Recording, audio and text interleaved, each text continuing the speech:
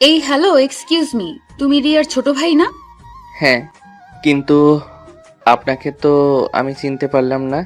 In fact আজকে নাকি আপনাকে কোনোদিন দেখেছি কিনা সেটাও তো মনে করতে পারছি না। আমাকে তুমি এর আগে কখনো দেখোনি। আমি তোমাকে দেখেছি তোমার বড় বোনের মোবাইলের ছবিতে। আমি তোমার বড় বোন প্রিয়ার বান্ধবী। আচ্ছা, তুমি আমাকে এখন এটা বলেছো রিয়া আজ ভার্সিটিতে আসেনি কেন? আসলে আপুর শরীরটা আজ ভালো নেই, তারা নাকি খুব বেশি মাথা ব্যথা করছে। তাই আমি জিজ্ঞাসা করলাম, সে বলল ভার্সিটিতে আসতে পারবে না। ও আচ্ছা, ঠিক আছে। এই নাও, এই নোটগুলো রিয়াকে দিয়ে দিও। এখানে আজকের পড়ালেখা আছে।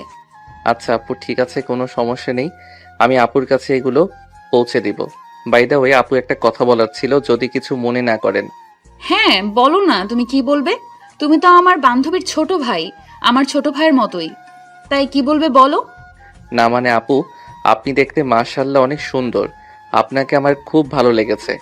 ধন্যবাদ। আমি ছোটবেলা থেকেই সুন্দর।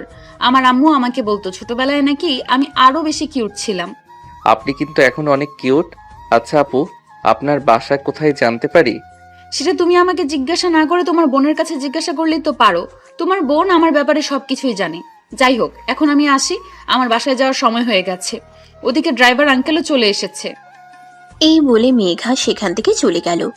আর আকাশ মেঘা চলে যাওয়ার দিকে তাকিয়ে আছে। আকাশ এটা মেয়ে দেখছে নাকি আকাশের পরি সেটাই বুঝতে পারছে না। একটা মেয়ে মানুষ এতটা সুন্দর হতে পারে, আকাশ জীবনে এই প্রথমবার দেখলো। সত্যি সে এত সুন্দর মেয়ে মানুষ আজকের আগে কখনোই দেখেনি। মেঘা এতটাই সুন্দরী যে আকাশ যেন প্রথম দেখায় ক্রাশ খেয়ে ফেললো। যাই হোক, এরপর আকাশ কিছুক্ষণ সেখানে দাঁড়িয়ে থাকলেও ততক্ষণে মেঘা সেখান থেকে চলে গেছে। তারপর সে ভার্সিটি থেকে বের হয়ে বাসায় চলে আসলো। বাসায় আসতেই সে তার বোনের রুমে চলে গেল। আপু, এই নোটগুলো তোর বান্ধবী আমাকে দিয়েছে। ও আচ্ছা, ঠিক আছে। আমার টেবিলের উপর রেখে দে, আমি পরে দেখে নেব। এখন আমার শরীরটা ভালো হয়নি, মাথা ব্যথা এখনো পুরোপুরি কমেনি। আচ্ছা আপু, তোর এই বান্ধবীকে তো এর আগে কখনো দেখিনি। এই মেয়েটা সত্যি অনেক সুন্দর। জানিস আপু, আমি তো মেয়েটাকে দেখে একদম ক্রাশ খেয়ে গেছি। দেখ, সব বাজে বকা বন্ধ কর। ভুলে যাস না মেয়েটা তোর চাইতে বয়সে বড়। তাই এসব ফালতু চিন্তা ভাবনা মাথা থেকে ঝেড়ে ফেল। আর কখনোই এমন চিন্তা ভাবনা করবি না। তাছাড়া তুই মেগা ফ্যামিলির ব্যাকগ্রাউন্ড সম্পর্কে কোনো কিছু জানিস না। তার সম্পর্কে কোনো কিছু না জেনে সে ব্যাপারে কোনো সিদ্ধান্ত নেওয়া একেবারে অনুচিত।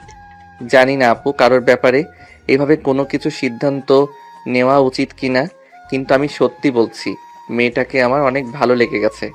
সত্যি বলতে, শুধু যে ক্রাশ খেয়েছি সেরকমটা নয়, আমি মেয়েটার প্রেমে পড়ে গেছি।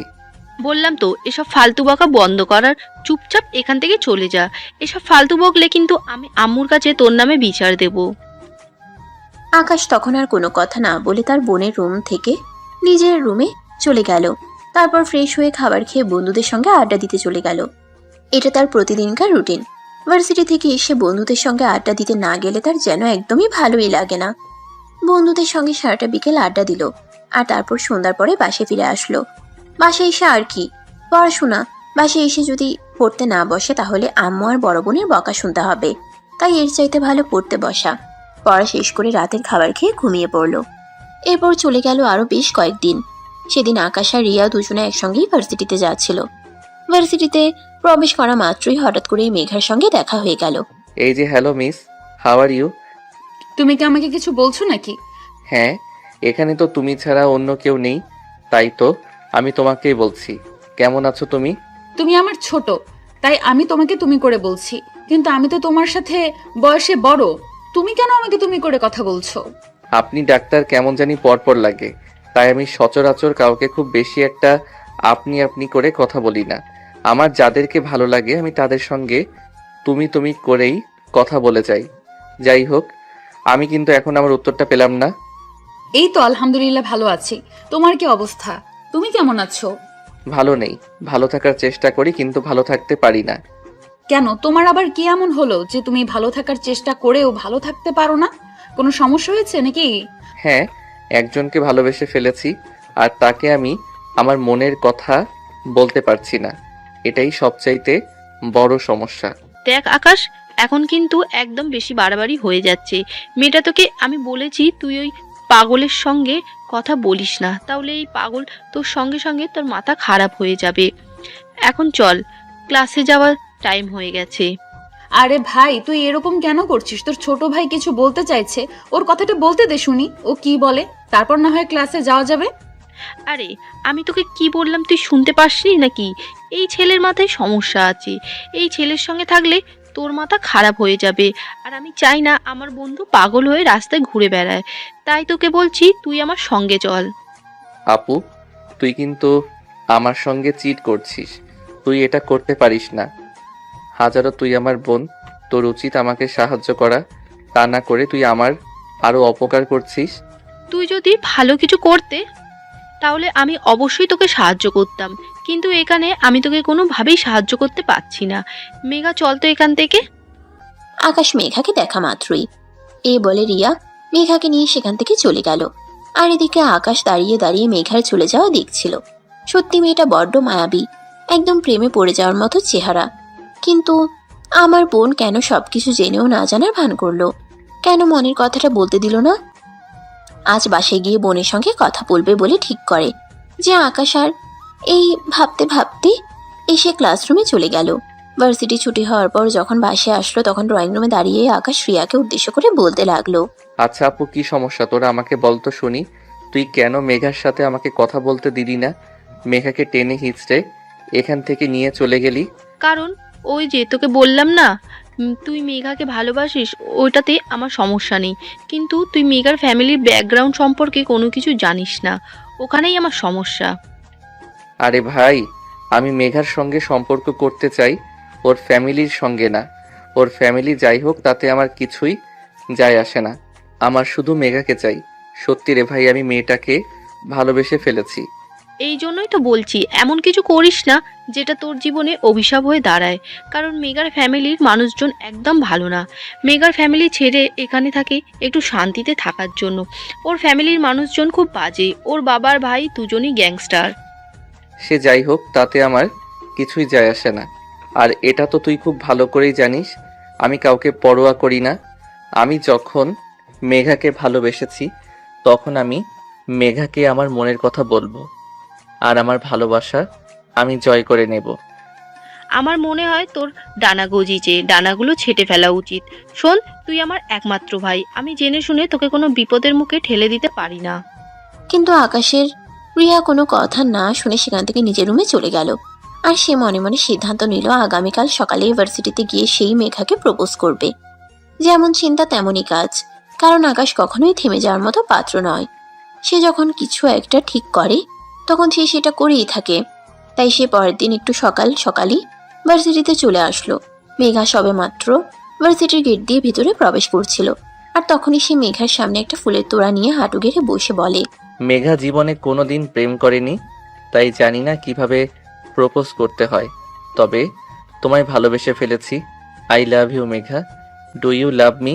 আরে আকাশ, এসব তুমি কি বলছো? তোমার কি মাথা একেবারেই খারাপ হয়ে গেছে নাকি? তুমি আমার বান্ধবীর ছোট ভাই, আমার ছোট ভাইয়ের মতো। তোমাকে আমি সবসময় আমার ছোট ভাইয়ের নজরেই দেখি। আর এসব তুমি কি বলছো?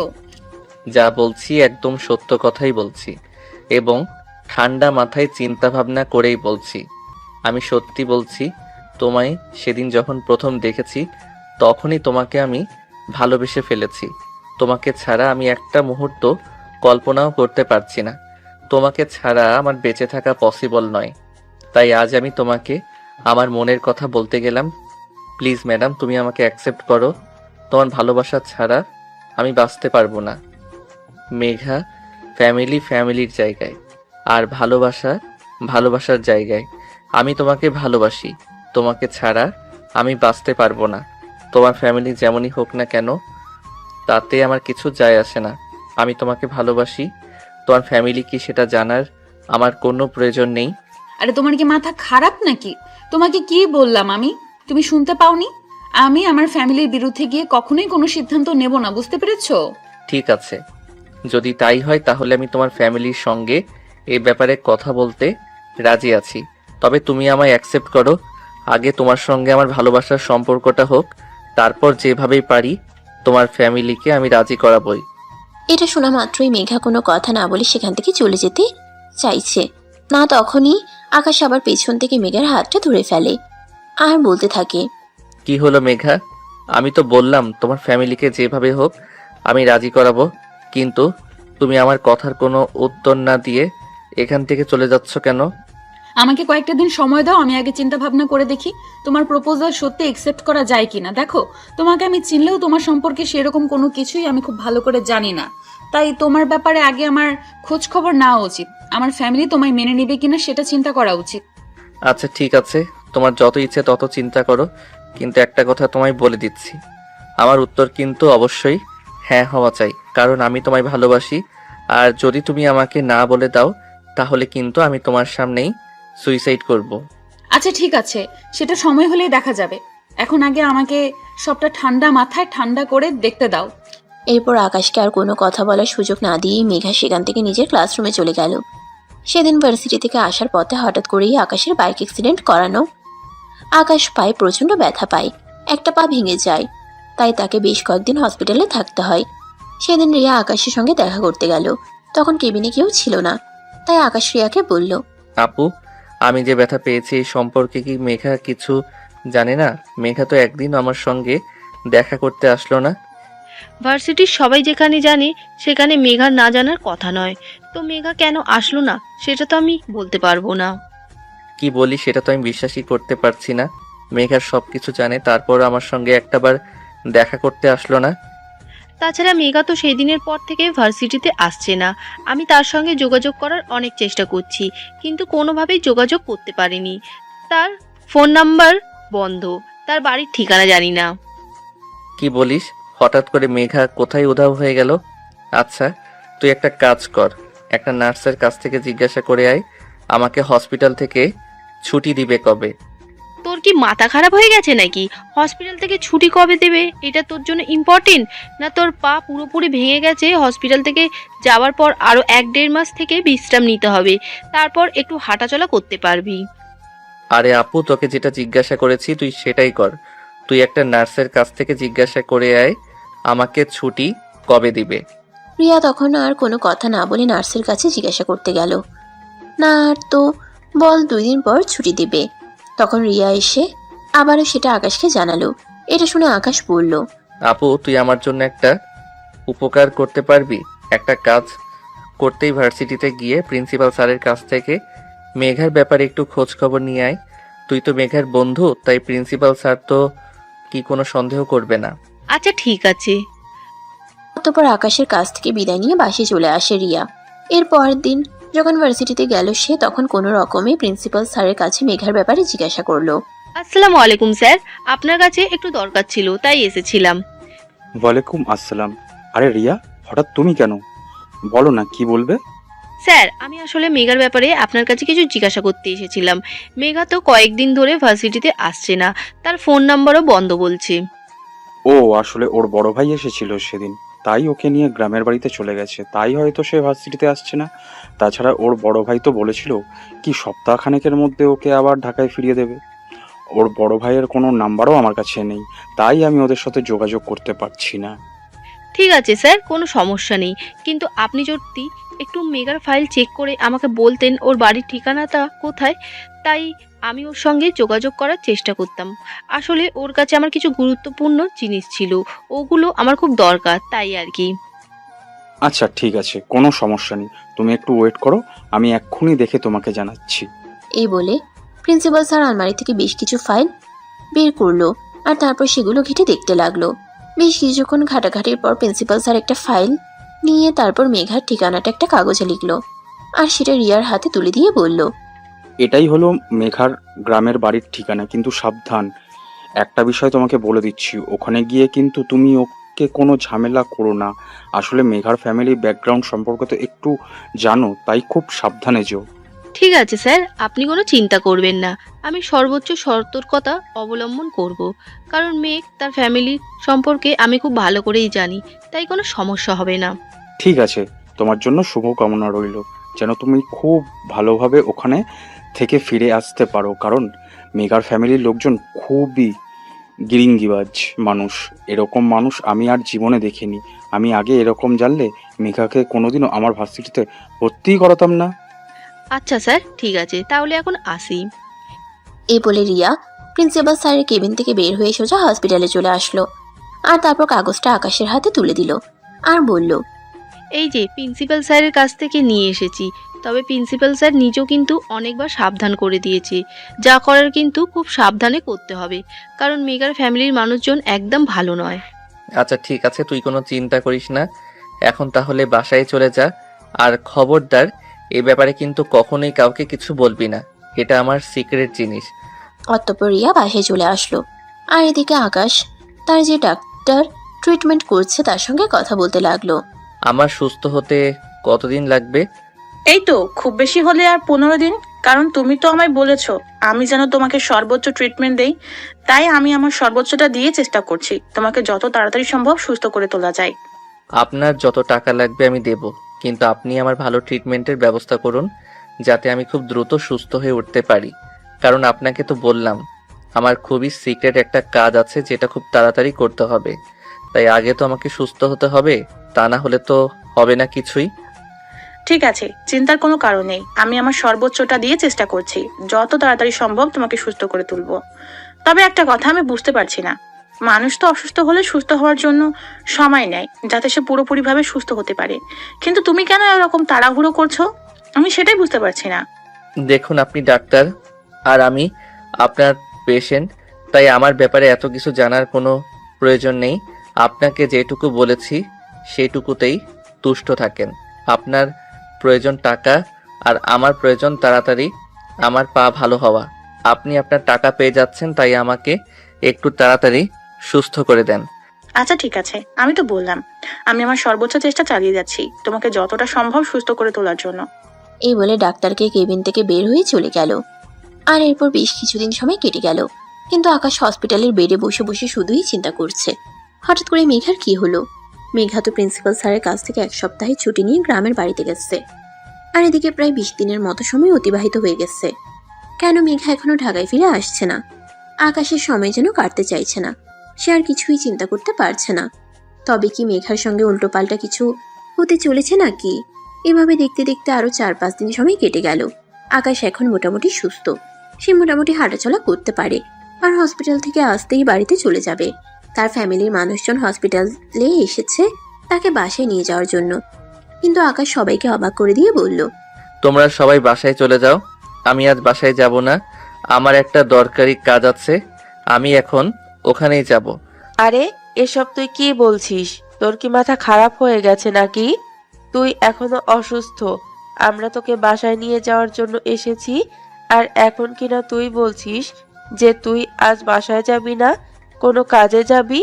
আরে বাবা, আগে তো তুই নিজে সুস্থ হ, তারপর না হয় কাজ করা যাবে। আম্মু, তোমাকে বললাম তো, আমাকে এসব কথা বলো না, কোনো লাভ হবে না।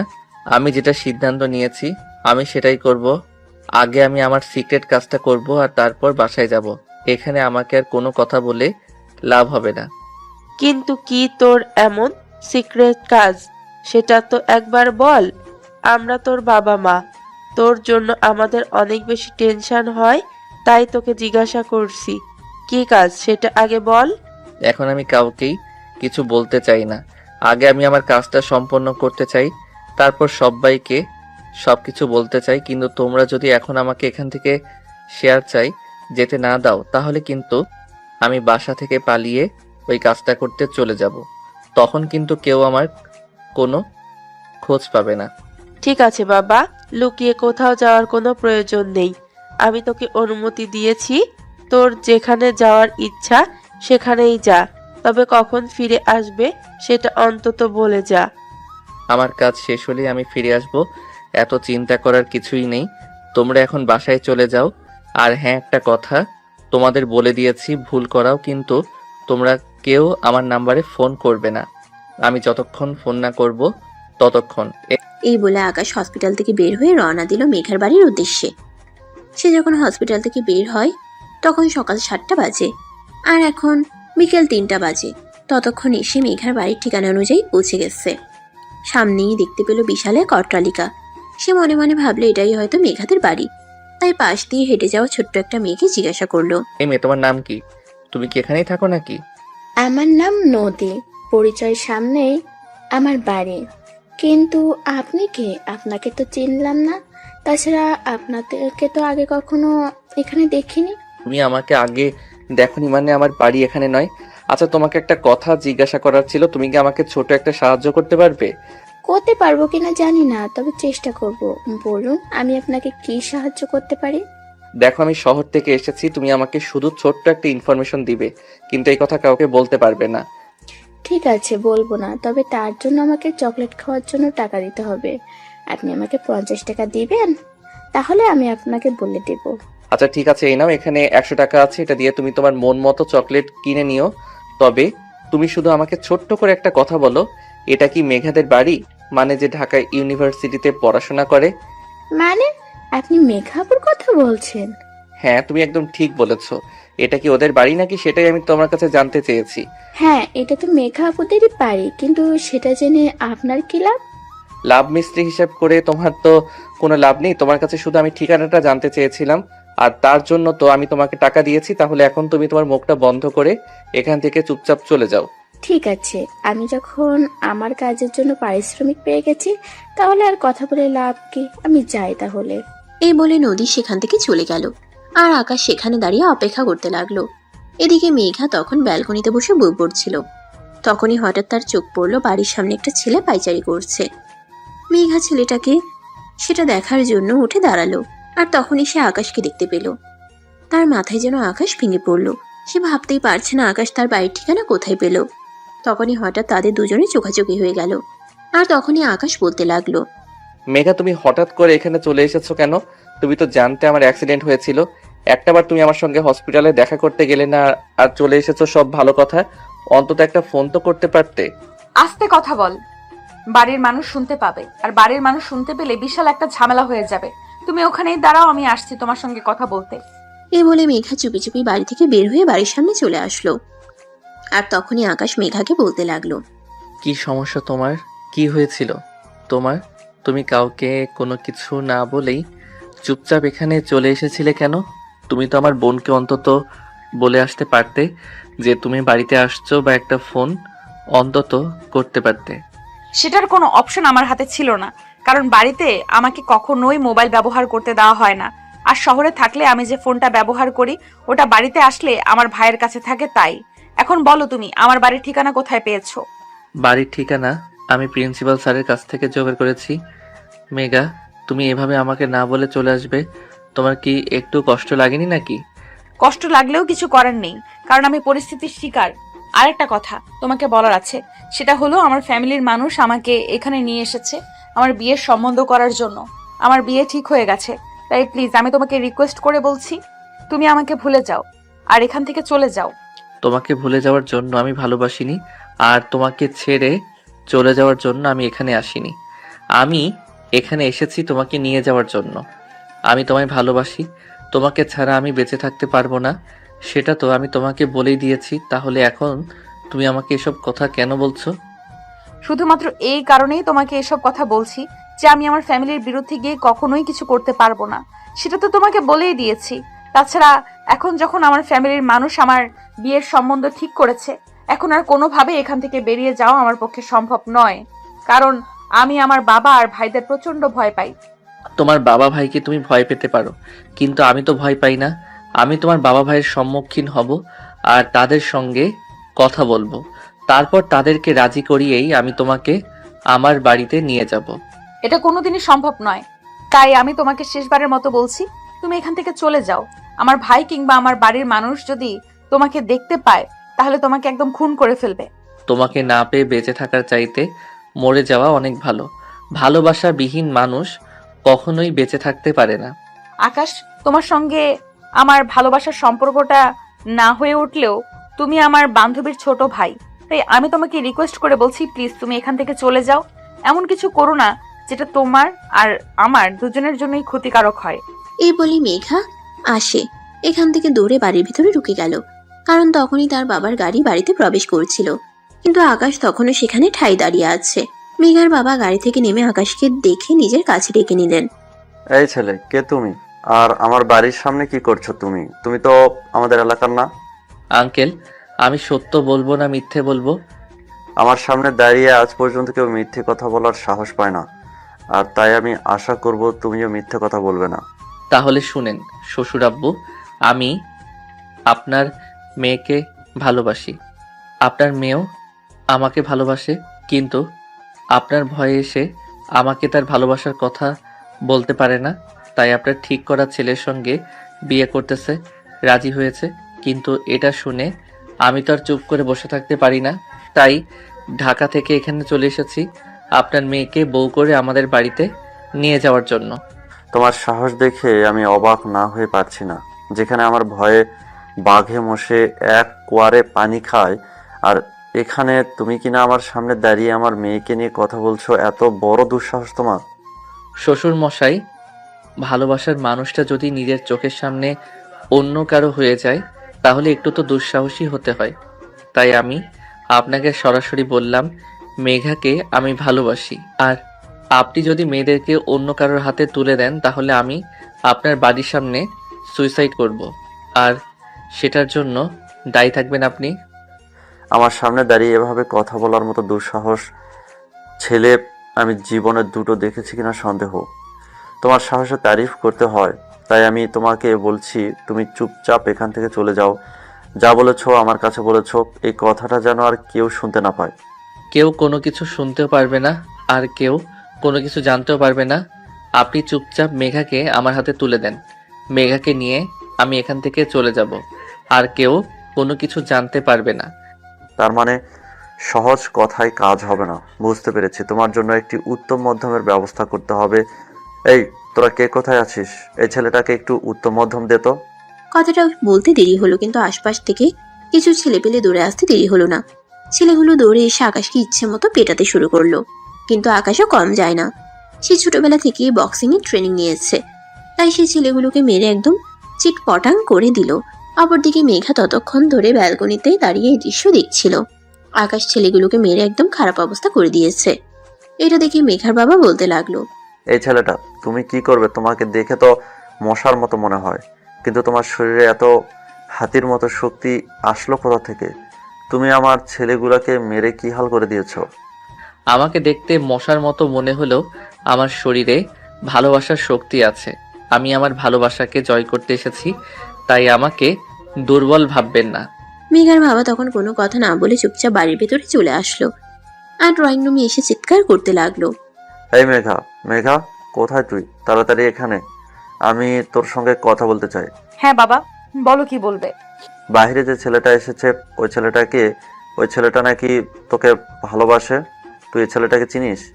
না মানে আসলে বাবা, আমি ছেলেটাকে, আমার সঙ্গে আমাদের ভার্সিটিতে পড়াশোনা করে, আর তখন থেকে ছেলেটা আমাকে পছন্দ করে। কিন্তু বিশ্বাস করো, এই ছেলেটার সঙ্গে আমার কোনো সম্পর্ক নেই। আমি কোনোদিনও এই ছেলেটাকে আশ্বাস দেইনি যে তাকে বিয়ে করব। ঠিক আছে, তাহলে ওই ছেলেটাকে বলে আয় এখান থেকে চুপচাপ চলে যেতে। তা না হলে কিন্তু ছেলেটার সঙ্গে খারাপ হয়ে যাবে। ঠিক আছে বাবা, তুমি কোনো চিন্তা করো না, আমি এক্ষুনি ছেলেটাকে বলে আসছি এখান থেকে চুপচাপ চলে যেতে। তুমি উপরে যাও, বিশ্রাম নাও। এই বলে মেঘা আস্তে আস্তে বাড়ির বাইরে চলে আসলো। আকাশ তখনও বাড়ির বাইরে দাঁড়িয়ে আছে। মেঘাকে দেখিয়ে আকাশ দৌড়ে আসলো আর মেঘাকে জড়িয়ে ধরলো। এটা দেখে মেঘা নিজেকে ছাড়ানোর জন্য অনেক চেষ্টা করছে আর বলছে, আরে এটা তুমি কি করছো?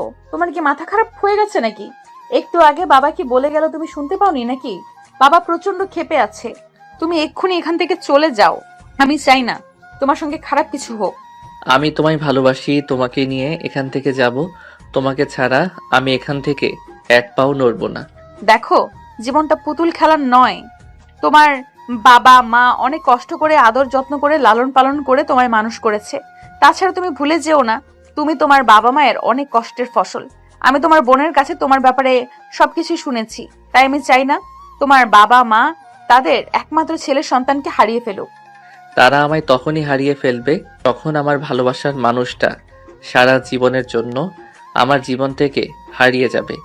মেঘা, তুমি আমার সঙ্গে চলো। তোমার বাবা আর ভাই আমার কিছুই করতে পারবে না। মেঘা তোমার সঙ্গে যাবে না, কারণ মেঘা আমার মেয়ে। মেঘা সেটাই করবে যেটা আমি তাকে করতে বলবো। তবে তোমাকে আমার বেশ ভালোই পছন্দ হয়েছে। তবে একটা কথা বলতে চাই, আমি তোমাকে একটা সুযোগ দিতে চাই। তুমি যদি আমার মেয়েকে সাথেই ভালোবাসো তাহলে তোমার ফ্যামিলিকে নিয়ে আসো, তোমার ফ্যামিলির সঙ্গে কথা বলে যদি আমার মনে হয় যে তুমি আমার মেয়েকে চোখে রাখতে পারবে, তাহলে আমি তোমার হাতে আমার মেয়েকে তুলে দেব। আপনি আবার মিথ্যে বলছেন না তো? আপনি যদি সত্যি কথা বলেন তাহলে আমি সত্যি সত্যি আমার বাবা মাকে রাজি করিয়ে আপনার এখানে নিয়ে আসব। আশরাফ চৌধুরী কখনো কোনোদিনও কাউকে মিথ্যা কথা বলে না, তাই তুমি নিশ্চিন্তে যেতে পারো। আর হ্যাঁ, তুমি যদি সত্যি মেয়েটাকে ভালোবাসো তাহলে তুমি তোমার বাবা মাকে রাজি করিয়ে এখানে নিয়ে আসবে, আর আমি নিজে দাঁড়িয়ে থেকে তোমাদের বিয়ে দেব। কথাটা শোনা মাত্রই মেঘার বড় ভাই পাশ থেকে বলতে লাগলো, বাবা, এসব তুমি কি বলছো? তোর কি মাথা খারাপ হয়ে গেছে নাকি? চেনা নেই, জানা নেই, যার সম্পর্কে আমরা কিছু জানি না, তার হাতে আমরা আমাদের বোনকে কোনোভাবেই তুলে দিতে পারি না। চুপ করো তুমি। ছেলেটা মেয়েকে যদি সত্যিই ভালোবাসে তাহলে সে তার ফ্যামিলিকে নিয়ে আসুক, আমি তাদের সঙ্গে কথা বলে এই ছেলেটার সঙ্গে এই মেয়েটাকে বিয়ে দেব। আব্বু, তুমি এমনটা করতে পারো না। আমি আমার বন্ধুকে কথা দিয়েছি, তার সঙ্গে আমার বোনের বিয়ে দেবো আমি। আমার কথার বরখেলাপ তো করতে পারবো না। আপনার কথার কারণে আমি আমার ভালোবাসার মানুষকে হারাতে পারি না শ্বশুর আব্বু। আমি যাচ্ছি, তবে আমি কালকেই ফিরে আসব আমার আব্বু আম্মুকে সঙ্গে নিয়ে। ঠিক আছে, যাও তাহলে।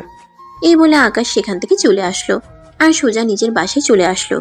বাসায় ফিরে আসতেই তার আম্মু তাকে বলতে লাগলো, আমি বুঝি না, তোর মাথায় ভূত ঢুকেছে নাকি? তুই কাউকে কোনো কিছু না বলে হসপিটাল থেকে সোজা কোথায় চলে গেলি, আর আজ 2 দিন পর বাসায় ফিরে আসলি? বলতো তোর কি হয়েছে? আব্বু কোথায়? আমি আব্বুর সঙ্গে কথা বলতে চাই, আর তারপরে তোমরা সব কিছু জানতে পারবে। এখন আমাকে দয়া করে বিরক্ত করো না, এমনিতেই অনেক টেনশনে আছি। তোর আব্বু তো এখনো বাসায় ফিরে আসেনি। তোর আব্বুর নাকি আজ অফিসের একটা জরুরি মিটিং আছে, ওটা শেষ করে ফিরে আসতে রাত 10টার মতো বেজে যাবে। কিন্তু কি হয়েছে তুই আমাকে বল, আমি শুনি।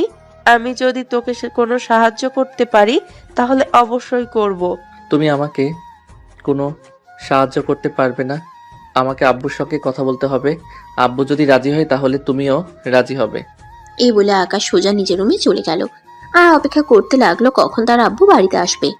রাত 10টা বাজতে না বাজতেই তার আব্বু বাসে চলে আসলো আর তার আব্বুর কণ্ঠস্বর শুনে সে সোজা দৌড়ে তার আব্বুর রুমে চলে আসলো।